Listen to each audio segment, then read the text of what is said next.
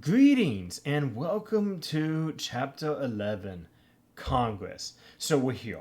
We are here to discuss a variety of topics. We have composition of Congress, qualifications to be a congressional member, different types of congressional committees, differences between legislation and a resolution, and the lawmaking process. So without any further delay, because we got a lot of ground to cover, let's dive into these topics. So, composition.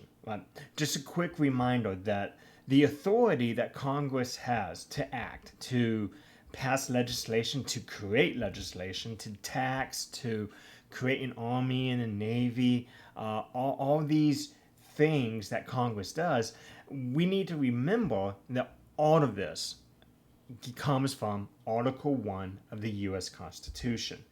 The enumerated powers, if I'm remembering the section correctly, it's Article 1, Section 8. This gives explicit powers, which I know we've already talked about that in the previous video. But just note that these are explicit, detailed, enumerated powers that Congress has the right to exercise. Right? So it establishes, Article 1 that is, it establishes and outlines the legislative branch. Okay, so just keep that in mind, right? The authority Congress has comes from Article 1 of the U.S. Constitution. And it also sets up the qualifications, also sets up the terms, if you will. So all of the ins and outs of Congress beyond, aside from the rules and regulations that the House members vote on, aside from that, it comes from the U.S. Constitution, Article 1. So, that said, let's move on. You may also recall from a previous lecture that we do have a bicameral legislature at the national level, right? Bicameral, right? Meaning we have two chambers or two houses, right? We have a lower house and an upper house, right? The lower house is the House of Representatives, the U.S. House of Representatives, right? So we have 435 voting members there in the U.S. Congress, okay? So we have 435 members of Congress who are elected from districts within the states. Remember, each state were broken up into different congressional districts depending upon how large your state is in the context of population will determine how many of these 435 seats you will have.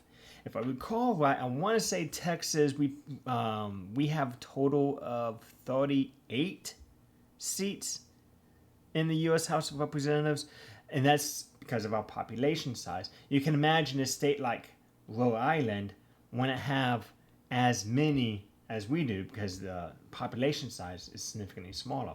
Likewise, California, they have a larger population than Texas, so they have a larger portion out of this 435 total seats because they have more population. You may recall from a previous lecture, we had the great compromise of the Virginia plan and the New Jersey plan, right? The delegate from Connecticut, if I remember correctly, came up with this great compromise. It's a mixture, it's a marriage, if you will, both plans. So lower house, the House of Representatives, 435 total seats. All right, and those, again, just highlight this one more time, that these members are elected from the congressional districts, right? You and I, we get to directly vote on election day every 2 years for our representatives in the U.S. House of Representatives in this lower house. So there's that. And then, of course, every state, right, gets 2 senators. Every state gets 2 senators. 2 times 50, we get 100. So this makes it a little bit easier, actually, for us, right? Because since each state, regardless of population size, regardless of your physical size, doesn't matter. Each state and the U.S. Senate gets two seats, two representatives. Two representatives in the U.S. Senate. But you see where I'm going with this. We get two senators. So the House of Representatives is often referred to as the Common House or the lower house because you have 435. And you have the upper house or the upper echelon house, right, which is the U.S. Senate. Now, what's interesting to note here, though, is you can imagine trying to get 435 people to agree on anything. Forget political parties. Put that to a side. Just put politics to a side for a moment. How easy would it be? Think about this and be honest with me. How easy would it be to get 435 people to agree on anything? Well, nevertheless, politics. But did you get 435 people to agree? It takes work, right? That's the reason why we see leadership. We have the minority whip. We have the majority whip. That they whip their members. They grab that consensus of their members and to have this, this, if you were to use this word, coalition to get things done. Right, within the House of Representatives. Compare that now to only 100 people. Now, still 100 people, that's still a lot of people. But is it easier to get 100 people to agree compared to 435? And I would imagine it'd be a little bit easier, right? Now, what's also interesting to note is that when you're only talking about 100 people, friendships, professional relationships, they are forged, right? Because you would imagine you're going to have to get to know one another, and you're going to get to know one another, right? And especially in the U.S. the U.S. Senate, they are elected every 6 years. So they got a little bit more time to get to know one another. So there's more of a bond, if you will, more of a professional relationship if compared to the U.S. House, which they're up for re-election every 2 years. Yes, the incumbent usually frequently wins, but that's not always the case, right? So you have more turnaround occurring in the House because you're up for re-election. You're up for that job interview, if you will, every 2 years compared to 6 in the U.S. Senate. So this composition is just interesting to note, right? A congressional term, this phrase, right? It runs for 2 years, right? The U.S. House of Representatives, they are up for re-election every 2 years, beginning January of an odd-numbered year, right? So they are up. So every 2 years, they're up for re-election. So, which is one of the reasons why we have frequent elections, which is good though. That's a good thing. Elections are always good. The U.S. House, in order to qualify to be a member of the U.S. House of Representatives, you have to be at the bare minimum 25 years of age. You have to be a U.S. citizen for at least 7 years, and you have to be a resident of the district for which you're trying to that you're running for that position for, right? So let's hypothetically say that that we live in Congressional District 1. Okay, you can't be a resident of Congressional District 25 and run for the seat in Congressional District 1. Does that make sense? Congressional districts, depending upon where we live, they can be like Harris County here. We are broken up into several congressional districts because of population size. Compared to like the Northeast Texas, on the other hand, you have multiple counties being in one congressional district. So district sizes will vary across states and even across here in Texas. So if you meet these qualifications, let me just go ahead and encourage you. Let me just put this out there. If you've ever thought about running for public office, if you've ever thought, you know what, I have some great ideas. Let me say, if you meet these qualifications, go for it. No, I'm being serious. Go for it. We need people to step up to run. So if you've ever thought about that, right? If you've ever wondered, I think I could do a better job, or you know what, I have some ideas about that. Run. I'm dead serious. Run. Anyways, so let's talk about now the qualifications of the U.S. Senate, right? In order to run to be a U.S. Senator, note that you have to be at least 30 years of age or above, right?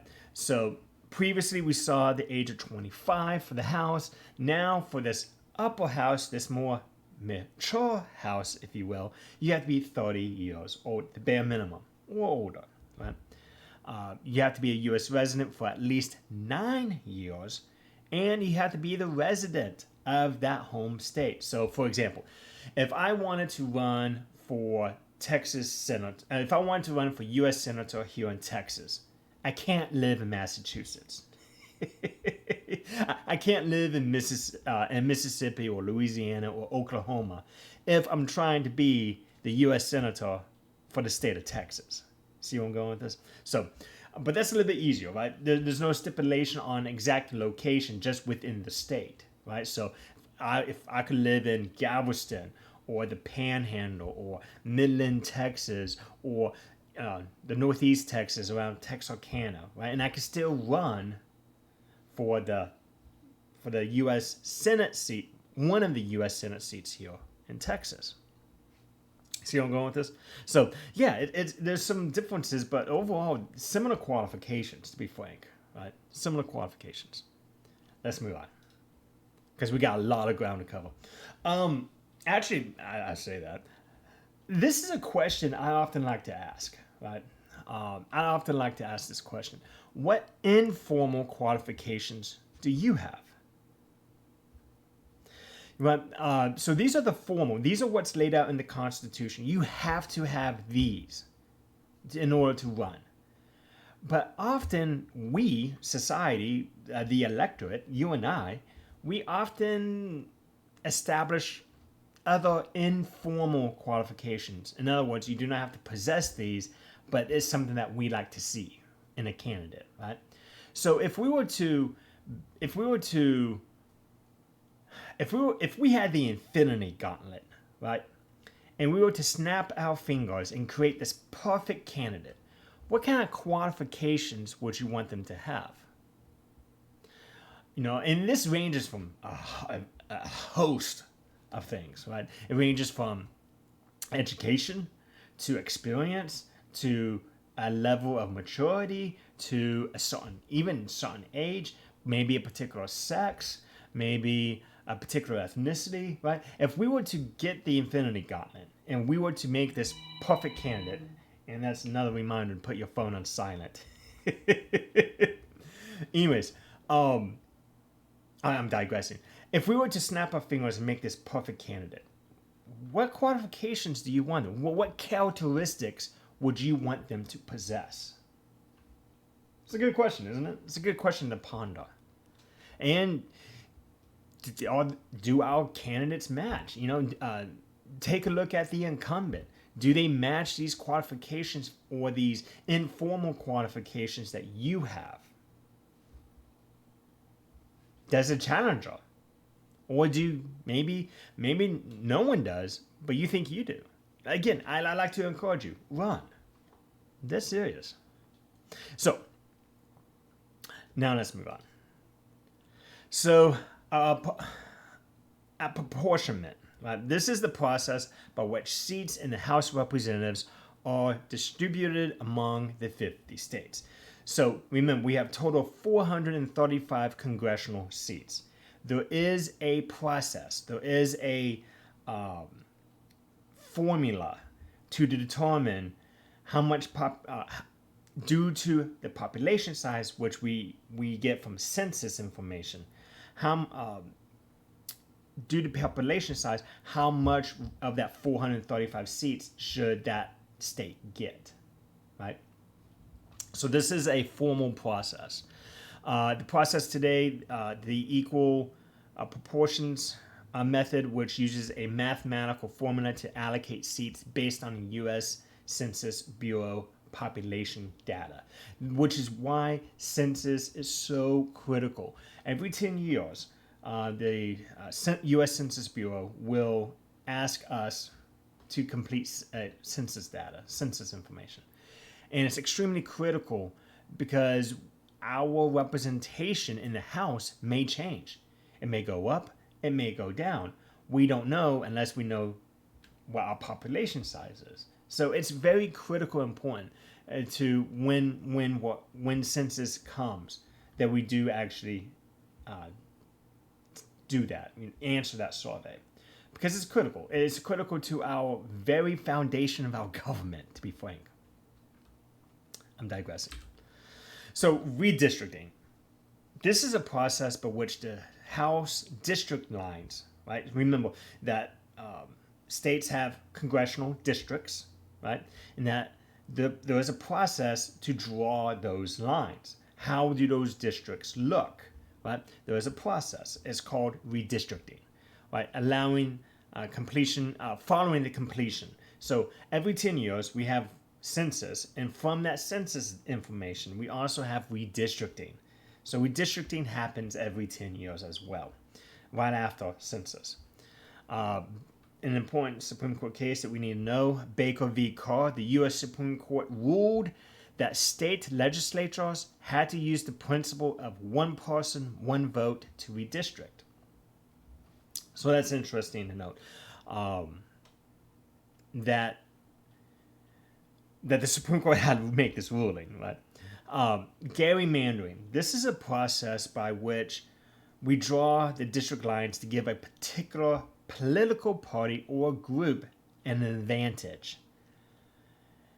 Redistricting is a controversial practice because there is a comedian, and I cannot remember the name for the life of me, but you can absolutely Google this quote. You can probably find out who the comedian was pretty fast. But unfortunately, it's true. Only in America do our elected officials get to pick who votes for them. And that's gerrymandering, or gerrymandering. You might hear me go back and forth between those two pronunciations. They're both correct. They're both referring to the same process. It's just, for whatever reason, there are various ways to say it. And I accidentally hit my keyboard. Anyways, so redistricting, what does this look like? Okay, well, let's dive into this, right? So you'll notice here that we're looking at these green and purple dots, right? And you may recall the Cartesian plane from your math classes, right? So this is what we'll look at, this Cartesian plane here, right? And notice in, I believe it's quadrant 1 here, well, all the quadrants here, they have the same amount. Take a look at each square here, right? We have 1, 2, 3, 4, 5, 6, 7. We have 7 green dots in this square. And we, sorry, I take it back. I didn't see that one. We have 8. We have 1, 2, 3, 4, 5, 6, 7, 8. We have 8 green circles or balls here in this quadrant. And we also have 1, 2, 3, 4, 5, 6, 7, 8. We also have 8 pink or purple dots or balls in this as well. So note that in this graph that we're looking at, that each quadrant, each one, has exactly the same amount of green and purple dots, right? So if there was an election, let's say green was the Democrat Party and the purple was the Republican Party, and each dot voted, who would win? Well, it's 50-50, right? The candidate would have to, in order to win, would have to convince one of the green, or on the other side, one of the purple dots to vote for them in order to break this tie.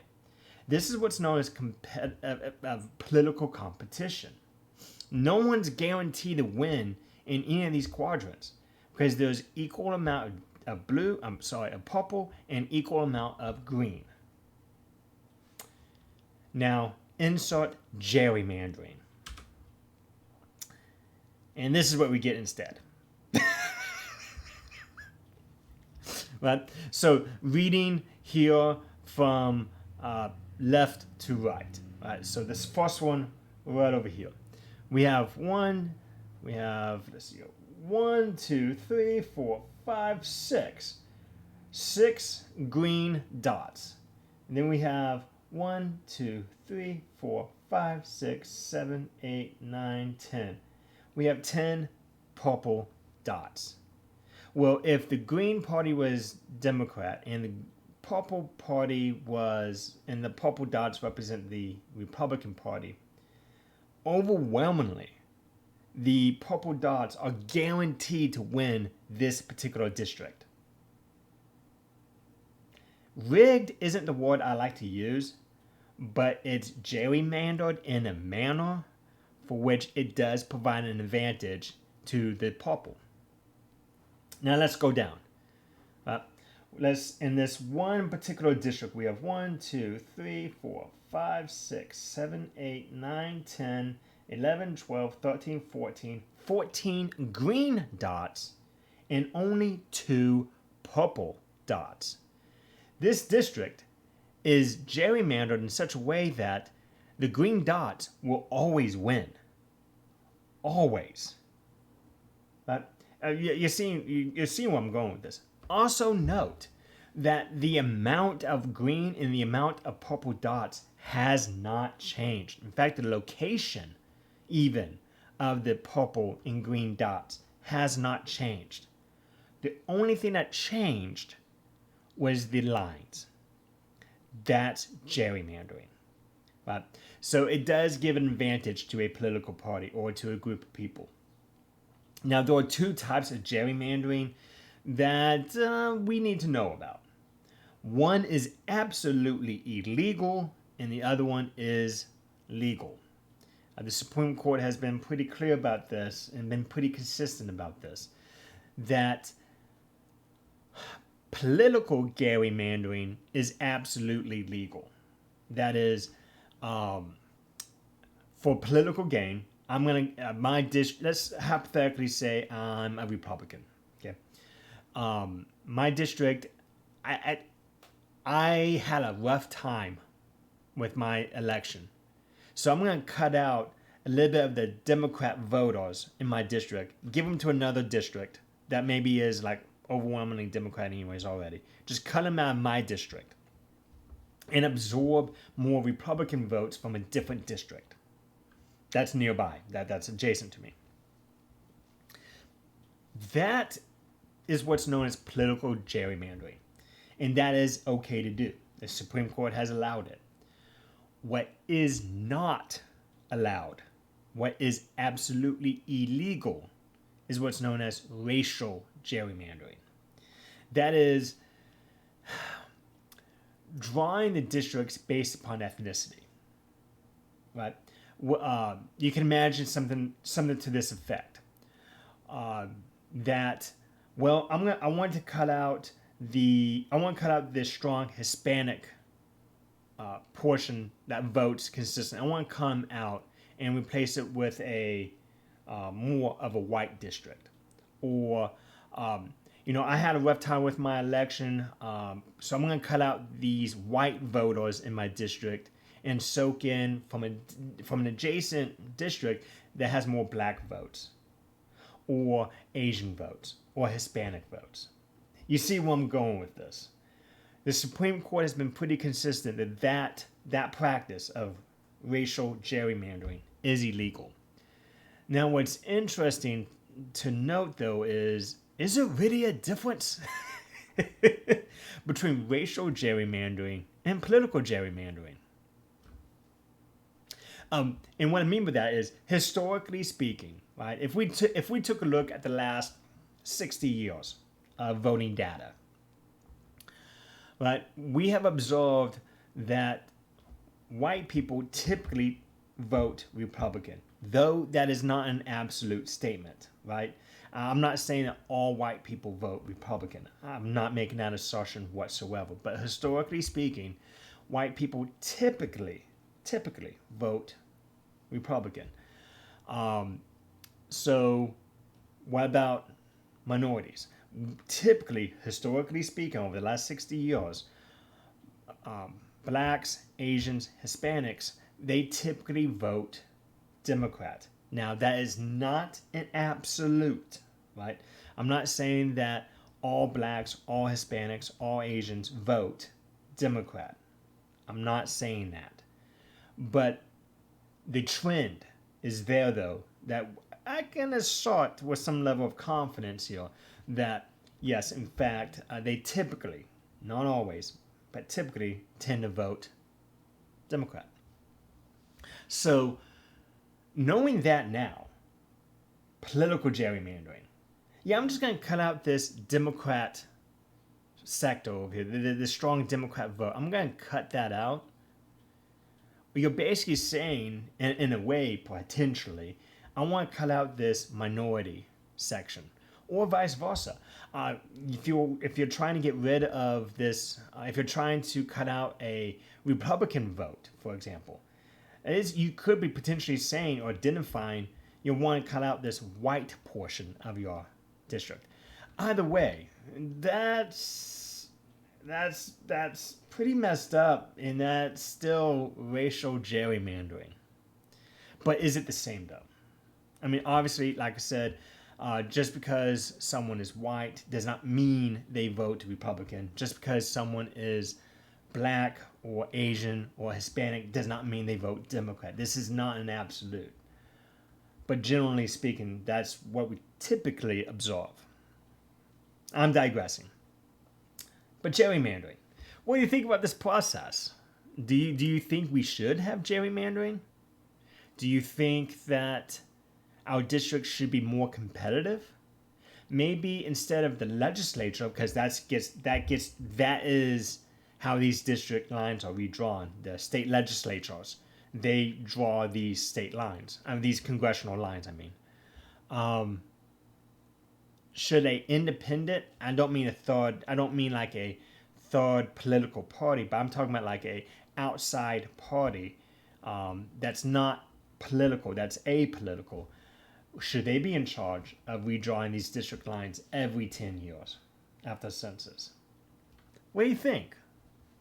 It's interesting, right? Gerrymandering. It's interesting. So let's move on to functions of Congress. Okay, so representation. So one of the things I like to do when we talk about representation, okay, we are talking about an elected leader looking out for his or her constituents while carrying out the duties of the office. Y'all, let me just be very clear. I'm going to get on my soapbox for just a second here. Our elected officials, they are doing a job that part of it is to be bugged by you and I. Yes, yeah, I said it right. We are entitled to let our representatives know what we think on a pretty regular basis, even everyday basis. I know one individual that they reach out to their representatives every weekend. And our representatives, part of their job is to do that, is to hear from their constituents, hear from the people that they represent. This idea that our elected officials should just be hands off with the constituents, hands off, and just let them do their job. I mean, I understand that, but at the same time, part of their function is to represent you and I. And if they are not asking what you and I think, well, then we gotta give them a call. We gotta shoot them an email. We gotta let them know what we think. This is a very common practice. Like I said, it's built into their job functions, built into their. It's very similar to right. I am hired to construct and to instruct, rather, to provide instruction. And at the same time, I'm also here to answer email, right? Well, very similar, very similar. These elected officials, yes, they represent us. Yes, they make laws, they pass laws, etc. But they also represent you and I, which means that we have a right to let them know what we think.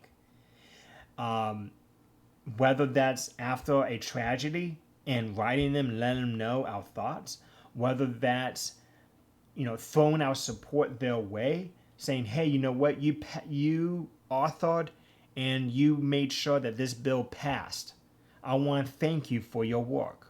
Whether that's a representative that comes and helps pass out water to people who suffered a natural disaster, like the power grid being off during winter, being shut down for winter, or maybe that's after a hurricane. The point is that you're telling them thank you for your work, thank you for your service. Or maybe it's you're just unhappy with them in general and you want to express that sentiment. Again, that's part of the job, is to represent you and I and to hear from you and I. I'm digressing. I'm getting off my soapbox now. But that's just, sometimes I think that, well, I don't really want to bug them. No. How do I put this? It's part of their job. So I'm digressing. When we talk about representation, we got to take a moment here to talk about descriptive, substantive, and symbolic representation.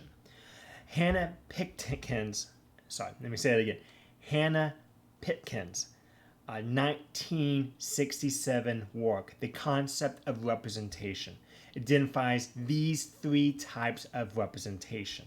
So what are they? Okay. Well, the substantive representation. Let me back up. Descriptive, substantive, and symbolic representation. Descriptive representation. Let me start off with that. Descriptive representation is the composition of the legislative body. So, does the legislature represent the demographics of the electorate? So, in other words, does a candidate or a incumbent, do they look like the district? That's descriptive representation. Substantive representation, on the other hand, is the representation of group interest in the policy-making process. So, the idea that policy outcomes, in other words, bills that are passed, legislation that is passed, benefits the demographics, right, of that. So, in other words, the policy outcomes benefits the majority of the demographics within that district, right? So if your representative looks like you, policy outcomes should benefit you. Does that make sense? There is a debate within political science from Dr. Pinkin's work here regarding the relationship that, well, if you have descriptive representation, you should have substantive representation. There's a debate on whether that relationship is strong or not. But either way, I just want to introduce this thought. Now, symbolic representation is the representation that is a symbol that produces emotional responses among constituents, right? So representation that is a symbol that produces some kind of an emotional output from you and I. Okay, so descriptive, substantive, symbolic representation. If this sounds interesting to you, I highly recommend going and looking for Hannah Pitkin's work here. She really laid down the framework, and she's really is the main author of this discussion. I highly recommend it. Let's move on. For the functions of Congress, making laws and apportionments, right? The legislative process of creating rules for society. When there is a making laws, you're often making rules that dictate how society is going to function or run or limit society in a way, or somehow limit society isn't the word I'm trying to use. But for example, speed limits. But now, U.S. Congress didn't exactly establish that, right?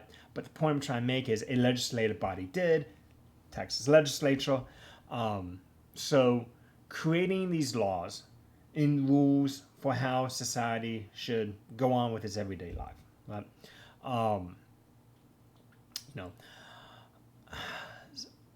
For example, if you fly, right? If you fly, we have to go through, right, security checkpoints, and we have to have, we have to go through a metal detector, all these things. That's established by laws that were passed by Congress. That's what I'm trying to get at. Appropriation of funding. Congress is tasked in Article 1, Section 8 to collect taxes, right? And Congress's job is to appropriate those taxes. What I mean by that is how we're going to collect taxes, and then Congress is responsible for divvying up how is this money going to be used. Well, we're going to use it for national defense, and we're going to use some of it for healthcare. We're going to use some of it for education. We're going to use some of it for infrastructure. Right? Congress gets to determine how much money is sent to what area, if you will. This is what's known as appropriating funding. Congress is responsible for that, as deemed so in Article 1 of the U.S. Constitution. So you may recall President Trump wanting to use an executive order to move funding that was used for the U.S. military. I mean, after all, President Trump at the time was in fact the commander-in-chief.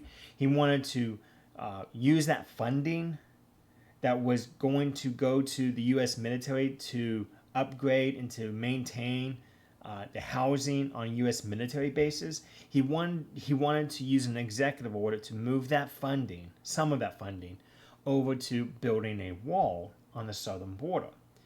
Now, that is completely, it's illegal. And let me be clear.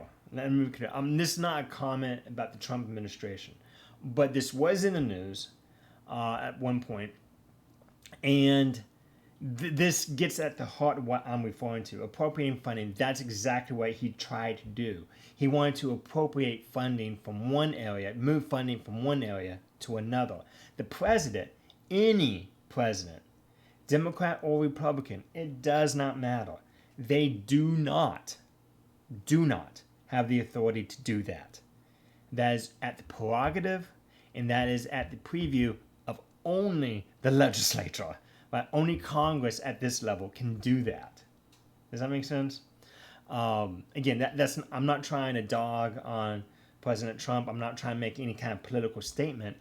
Rather than any president, regardless what party they belong to, cannot do that. It's a violation of the separation of powers that we have between Article 1 and Article 2 of the U.S. Constitution. I'm digressing. So, representation, they represent you and I. They make laws, they appropriate funding. These are just some of the functions that Congress serves.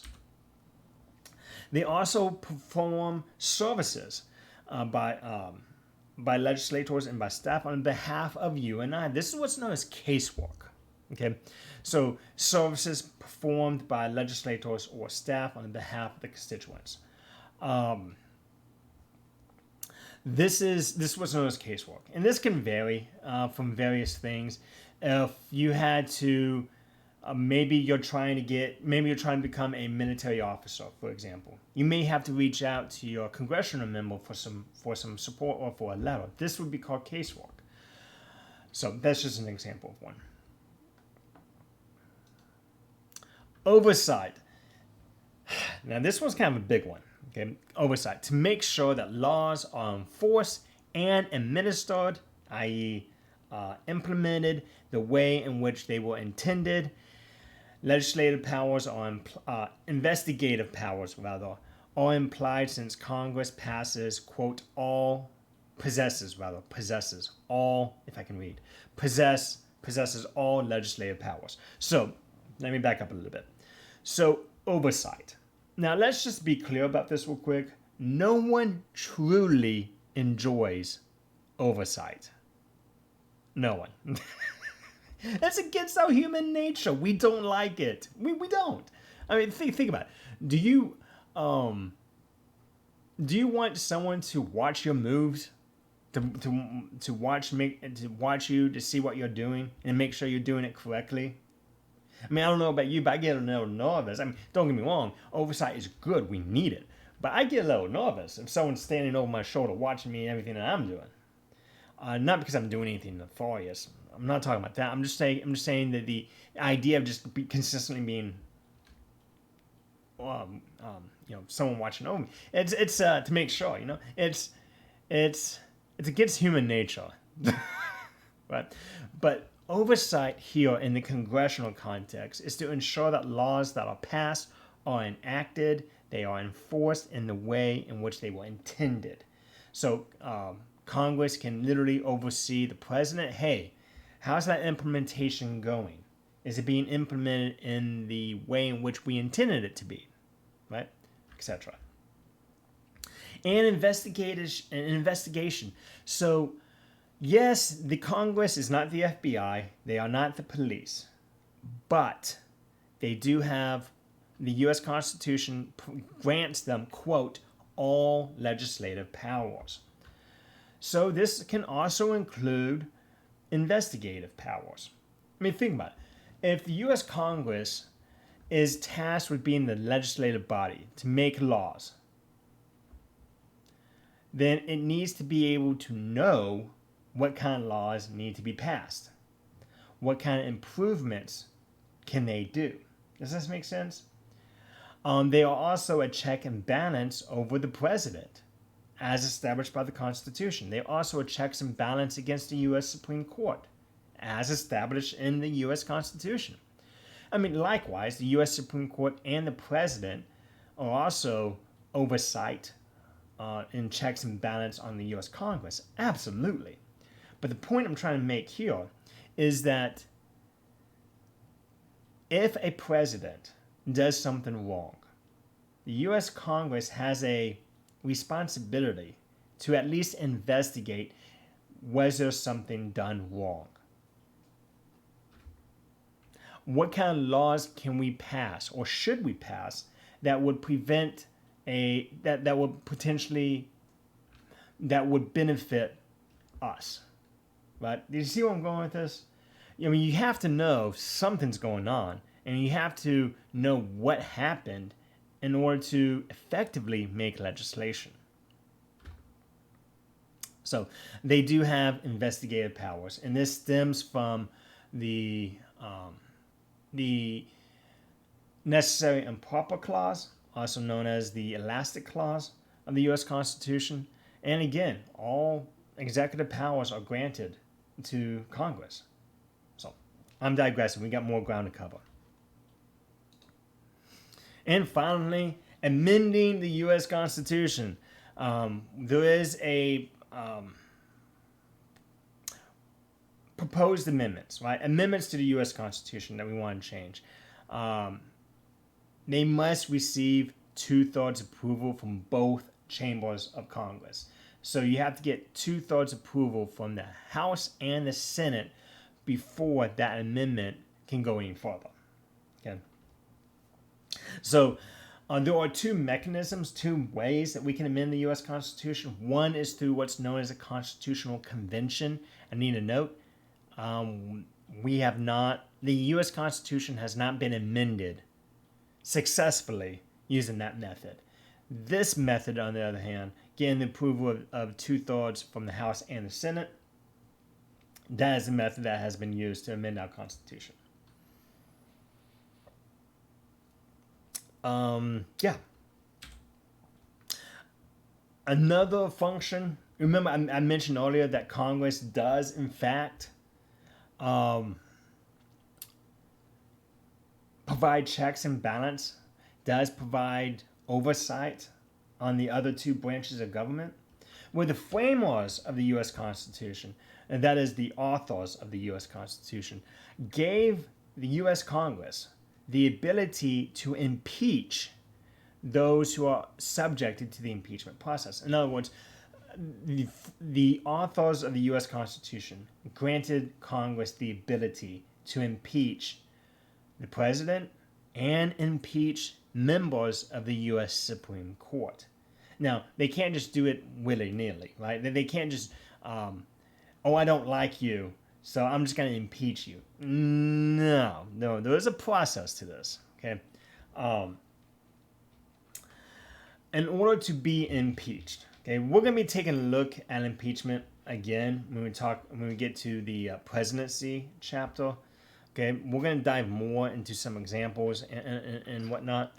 But for right now, just note that the House of Representatives, they are in charge with investigating and to levy charges, right? They bring impeachment charges up. Needs the majority approval from the entire House of Representatives to be impeached. Hello, I actually hit my keys.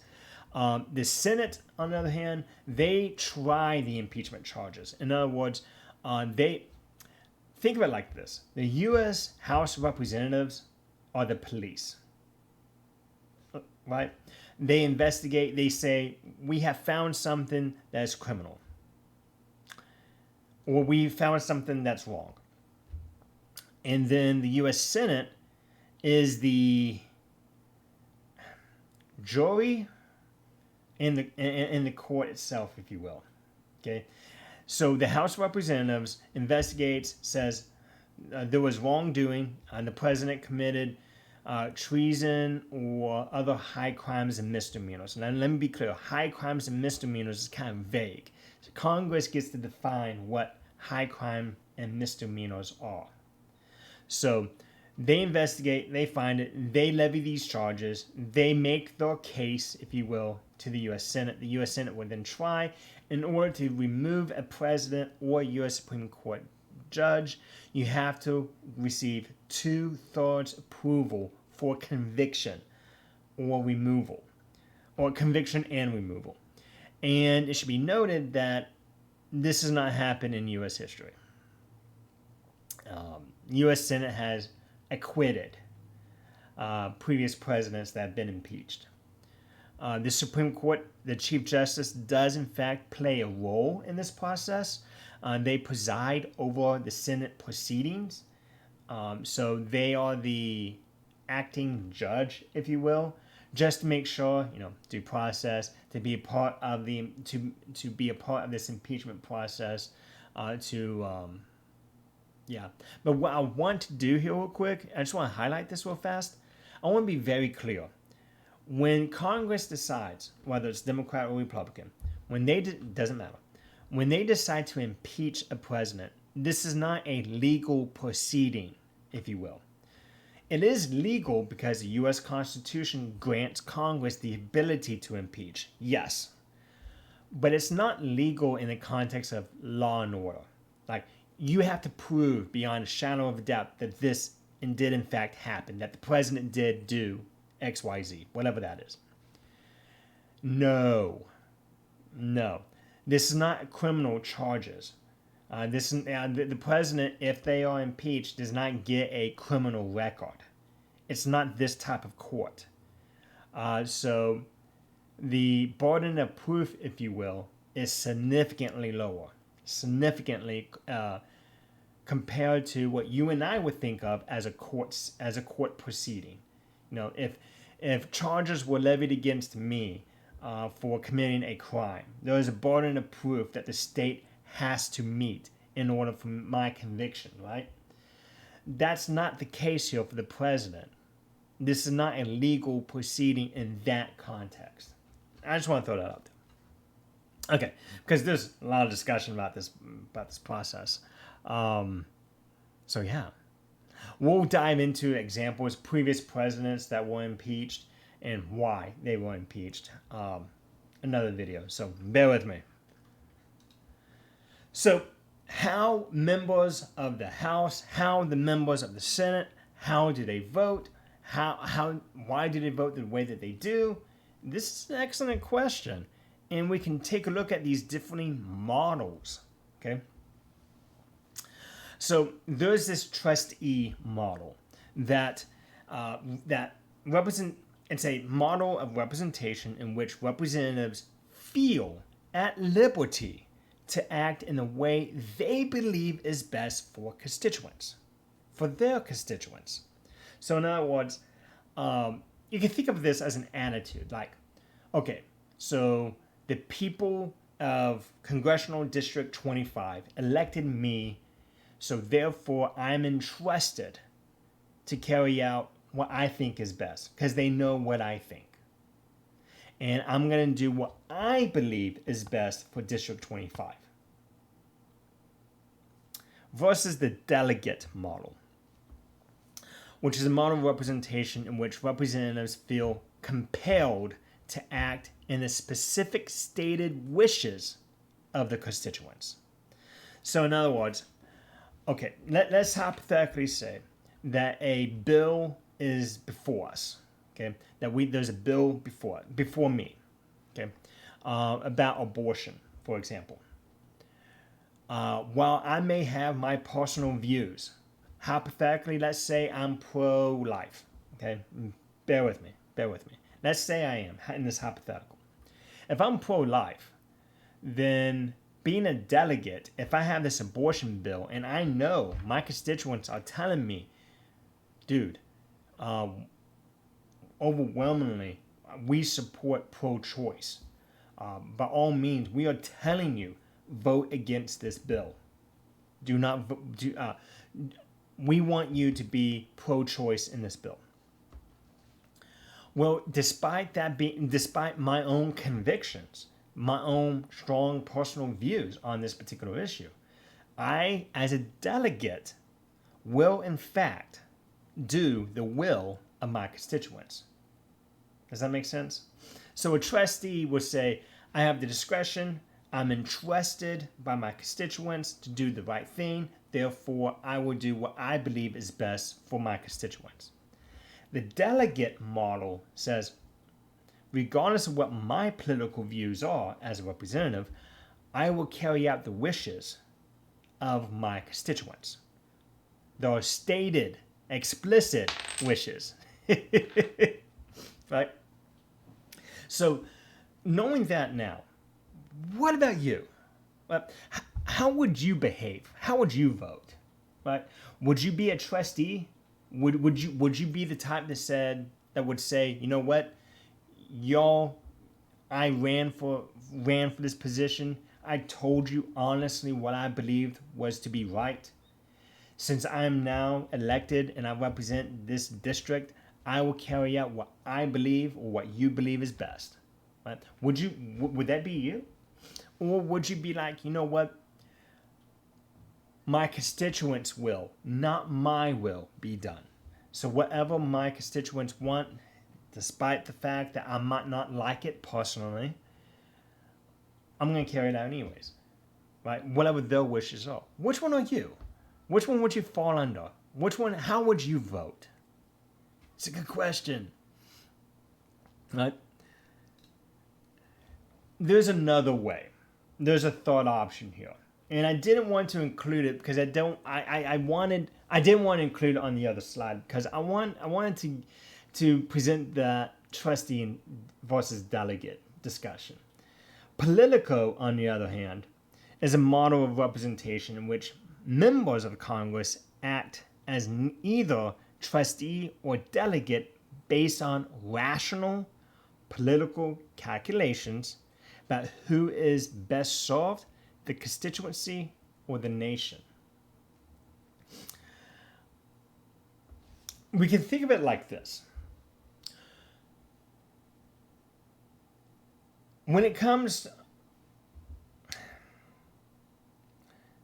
when we think about, when we discuss Politico, one of the things I like to do is bring up a little situation that actually did occur.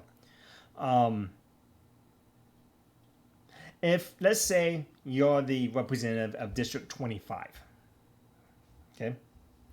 And let's say that you have a bill, resolution. Let's say a resolution to be more accurate with what actually happened. Would you ask your constituents about how you should vote on a mundane bill or a resolution such as the U.S. Congress formally recognizing the Armenian genocide as a genocide? Are you going to go home and ask your constituents, hey, how should I vote on this? No. Because how many of you have heard of the Armenian genocide before taking this class? This is a non-political, it's political, but this is a non-sensitive topic for most of us. The Armenian genocide happened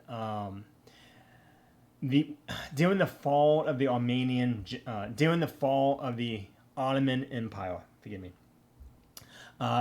Turkey, Ataturk, wanted to create a Turkish state. At the collapse of the Armenian Empire, one of the things that we saw was the creation of Turkey. Well,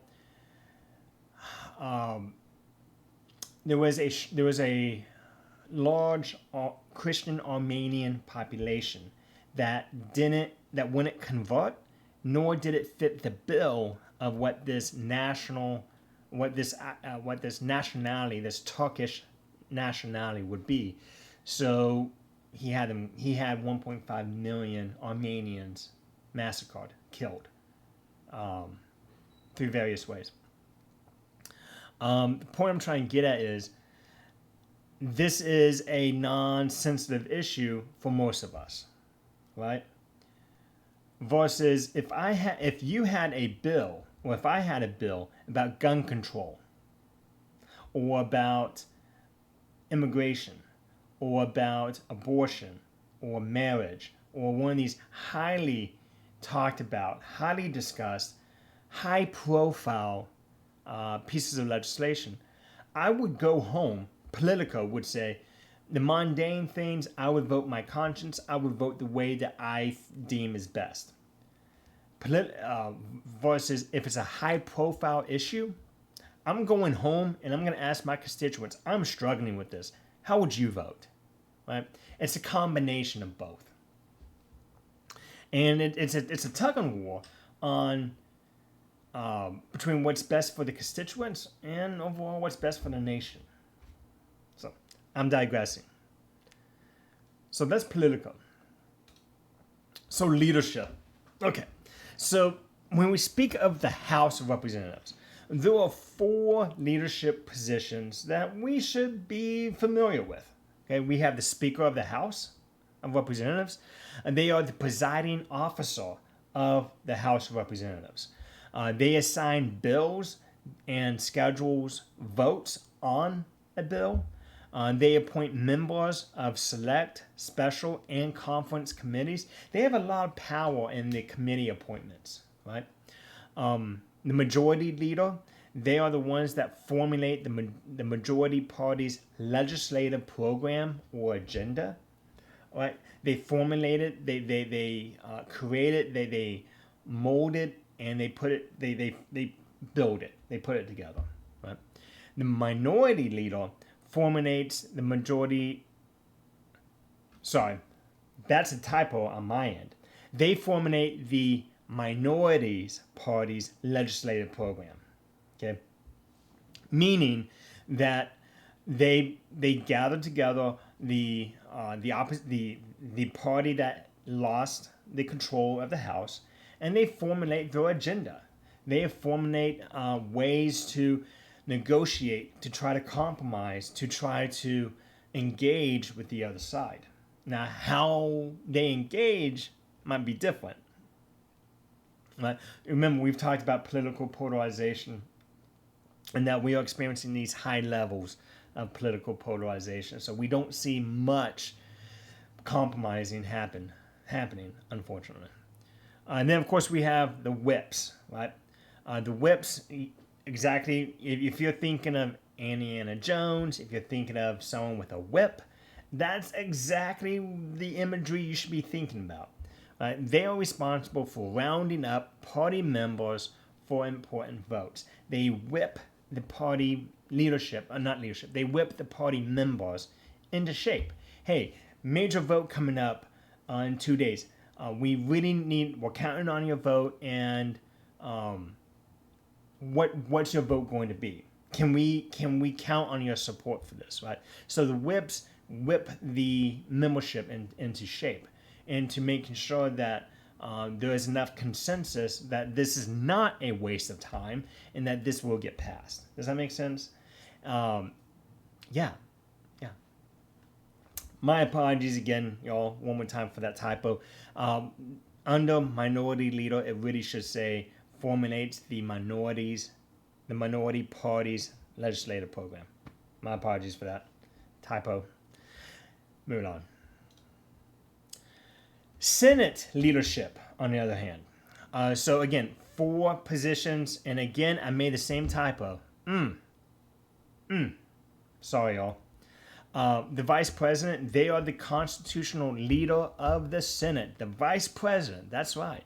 Even though they are elected in the executive branch, yes, they in fact are the constitutional, in other words, the Constitution establishes this fact, that the vice president is the leader of the U.S. Senate.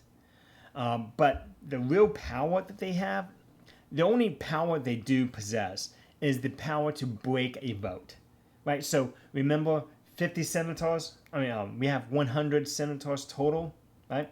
So if there's a 50-50 split, 50 Democrats, 50 Republicans, and we have a stalemate, whoever is the vice president, they get to break that tie. So instead of 50-50, it's 51-50. See where I'm going with this? So that's the real power that they have in the U.S. Senate. The majority leader formulates the majority party's legislative program, right? They build support. They formulate that agenda, strategies that will be used on the agenda for the majority that is in power. What are they going to do? What kind of items are they going to try to push for? What kind of compromising strategies, if any, are they going to adopt, right? Likewise, minority leader formulates the minority party's legislative program. How are they going to compromise? How are they going to work with the other side? What strategies are they going to use? And then, of course, we have the president pro tempore. They are the honorary post. Usually, the most senior member of the majority party will be the president pro tempore of the U.S. Senate. So, yeah. So these are the four leadership positions that you need to become familiar with. And these are what they do. Again, sorry for the typo.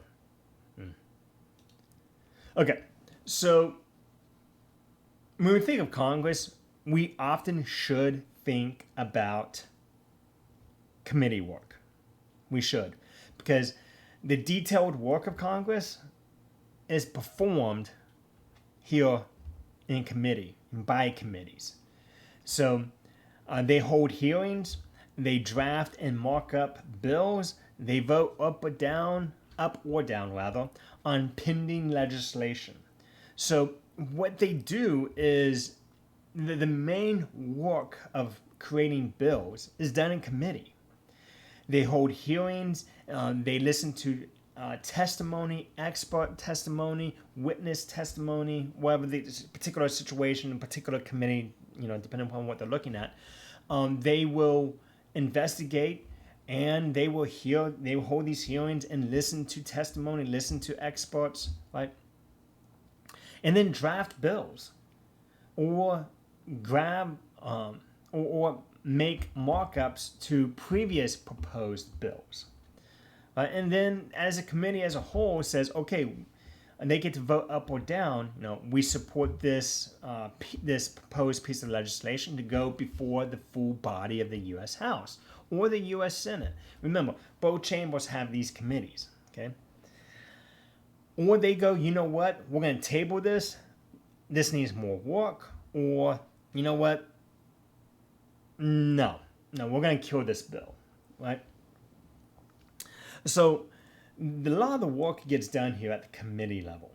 And there are different types of committees, right? We have the Standing Committee. This is a permanent legislative committee that meets regularly. So this is a permanent committee that a permanent standing committee, pun intended. These are some of the powerful ones that exist are the House Appropriations Appropriations Committee, the Way and Means Committee, and the Rules Committee.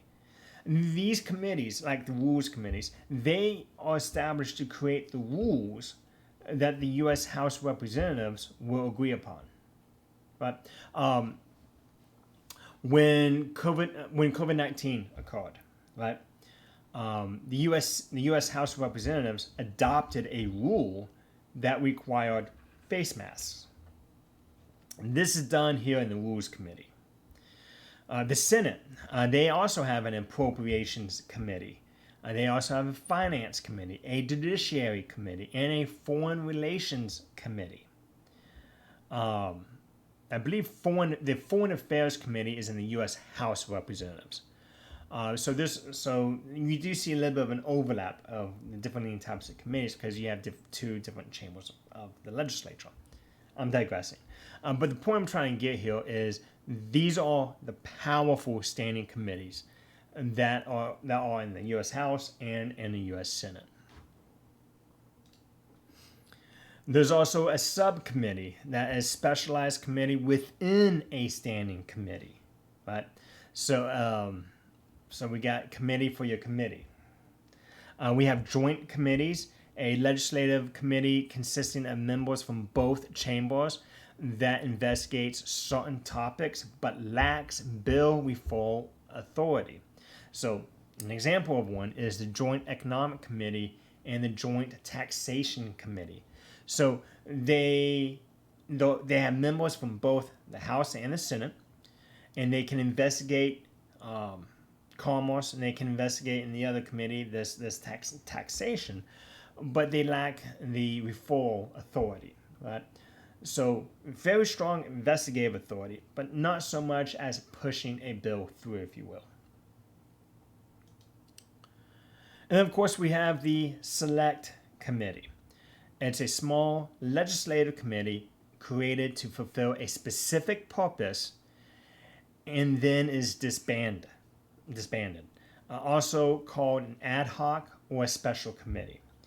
An example of this is the House Select Committee on the January 6th attack. So they are there with a specific purpose. They are there to investigate. They are there for a specific purpose. They are there for a specific purpose. They are there to investigate. At the conclusion of the committee, once the committee hasn't fully investigated, once they've done their work, then that committee is disbanded. It's dismantled. It fades away. It's no longer there, if you will, right? So that's what a select committee is. Now, who gets to sit on these committees? Well, there are three main factors regarding committee assignments. Committee assignments is referring to if I'm a legislator, if I'm a member of the U.S. House, right? A committee assignment is referring to the House of Representatives,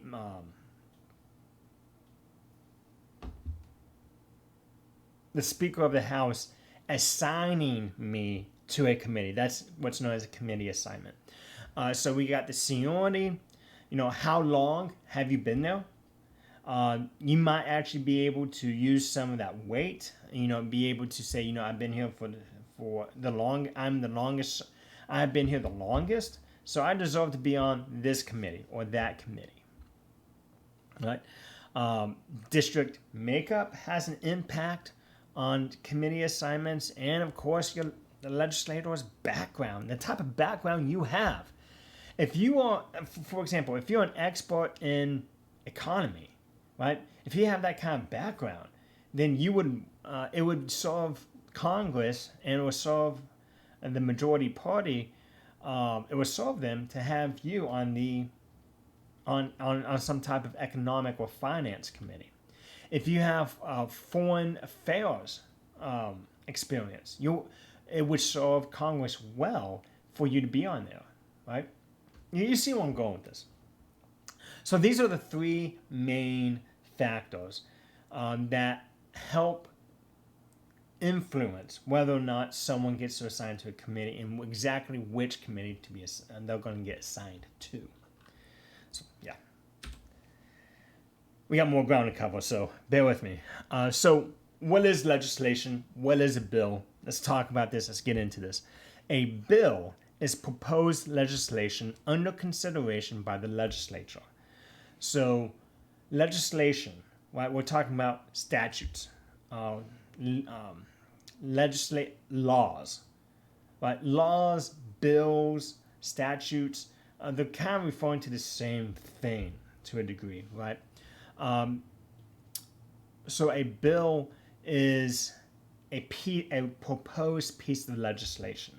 Whether it gets passed and signed into law and then it becomes a statute, it has to go through the entire process to become a statute.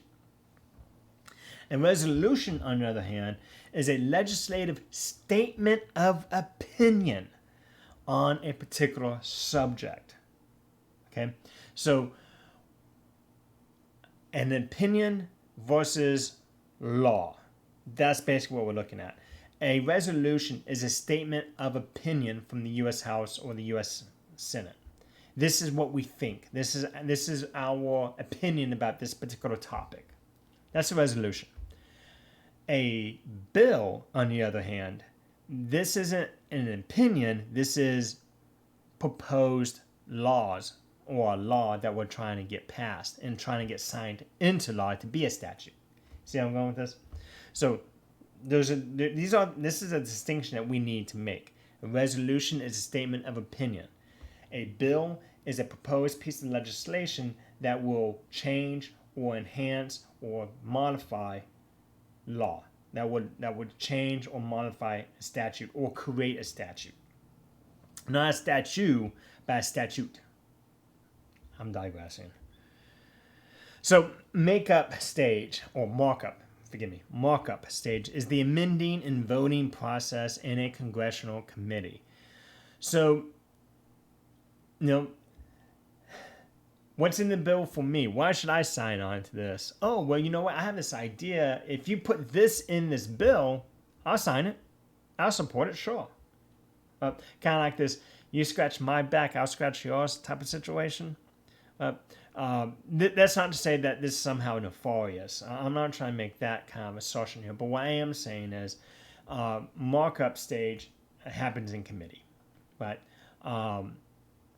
This is an excellent idea. For example, this is an excellent idea, but you need to incorporate this idea and that idea for it to be better. And with that, I'll support it. Does that make sense? So, yeah. So, we're getting there, y'all. We're getting there. Now let's take a look at the legislative process in its entirety, right? How a bill, in fact, a proposed bill becomes a law. Well, it all starts with the drafting, right? A piece of legislation is drafted, whether we're talking about the House or the Senate. So let's talk about the House side, and we'll get it to the Senate. So bear with me. So a bill is drafted, a bill is proposed, it gets it's introduced. A clerk assigned member. Hello. I don't like how that's worded there. It's introduced, and then the bill is assigned to a committee, right? It's referred to a committee and or a subcommittee. It has those hearings. The committee gets to kill it, gets to table it, or gets to push it through another subcommittee or full committee for markup. It then gets reported out. It gets put on the legislative calendar. Has a floor reading, so the members of the House are going to hear what's in this bill. Then there will be debates and potential amendments to that bill. Then the House will vote on it with a full vote, with a full body of 435 members. Then it gets engrossed if it's a bill that requires appropriation of funds, right? And then it gets sent to a conference committee vote by the houses. So a conference committee is when it's a joint committee. But what happens with a conference committee is, let's say the House and the Senate pass a law about mandating genocide education at the high school level, okay? And they make this bill. Well, let's say both chambers did this, and let's say there's some differences between the two bills. Well, now we have two bills that do something similar, but they're different. A conference committee is a committee that has members from both the House and the Senate, around 10 per side. They come together, hammer out the differences of those two bills, hammer out the differences, take that work back to the respective chambers, have a discussion about it, have a debate, have a vote, and now we have one proposed piece of legislation that is mirrored, that are identical in the House and Senate. That's how a conference committee works. And then it gets sent to enrolled bill to the president. In other words, the bill has passed the legislative process. It's survived the committees. It has gotten support of the other chamber, and now it's going to the president. Now the president has two options here. First is they can veto it. Right? Veto it. You know what? I do not like this bill, so I'm just going to veto it. I'm saying no to this. They can do that. If the president does that, remember that the House of Representatives and the U.S. Senate, the U.S. Congress, is a check and balance on the president. We elect our representatives in the U.S. House of Representatives every 2 years. They are accountable to you and I on a frequent basis. The framers of the Constitution made sure that there was this mechanism that with 2/3 vote in both chambers, they can override a veto from a president, any president. And then that bill, despite being vetoed, if it gets 2/3 majority vote in both chambers, it then becomes a law. That proposed piece of legislation now becomes law. Okay. Going back to the president now. If it's signed by the president, right, it just goes straight into being law, right? So that's the process. And you should note that there is a similar process here on the Senate side. And they basically mirror one another, right? So this is how the legislative process is done. And I should make the note here that committees, these bills, if they can survive the committee process, right? This is not easy. High levels of political partisanship, you will not see many bills get passed, right? they will not survive the full vote, or they won't even survive the debate. So, high levels of political partisanship, high level, when we have divided government, this has an impact on whether or not legislation gets passed. Right? So, yeah, the legislative process is very similar to the House and to the Senate. So, for the sake of time, we're going to move on. So, the House Rules Committee, they get to determine the rules under which a bill can be debated, amended, and considered on the floor of the House of Representatives. The Senate, an unanimous consent agreement. This is something that the Senate has. It specifies the rules of debate and amendments on the floor of the Senate. The agreement is negotiated by the majority and minority leaders of the U.S. Senate. We have this concept of a rider. A rider is an amendment added that is unrelated to the subject matter of the original bill. So, trying to build support for this bill, they might tack on something onto this bill to get the support of others, even though it has no relationship with what is originally trying to be done, as a way to get other members of Congress to support it. Right? This is common practice in the U.S. Senate. It's criticized tactic. It's a criticized tactic to pass controversial bill that normally would not pass. Right? So, yeah, it's a criticized method, but is it effective? What do you think? Moving on, the filibuster. Now, I gotta take a moment to talk about the filibuster. We gotta take a moment here. And this is a highly controversial topic. So let's talk about this. It is a parliamentarian maneuver that is used by the Senate. This is on the Senate side, to extend debate on a piece of legislation as long as possible, typically within the intent purpose of obstructing or killing the bill. Now,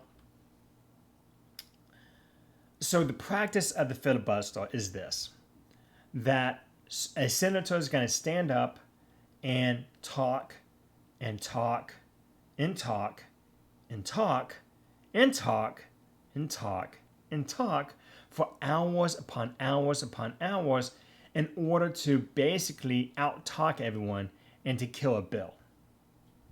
That's what the filibuster is. Now, a couple of things I want to make very clear. The filibuster is not in the U.S. Constitution. You will not find the filibuster in Article 1 or anywhere in the U.S. Constitution. The filibuster is a rule that the Senate adopted back in the 1800s, around the time of the Civil War, as a way to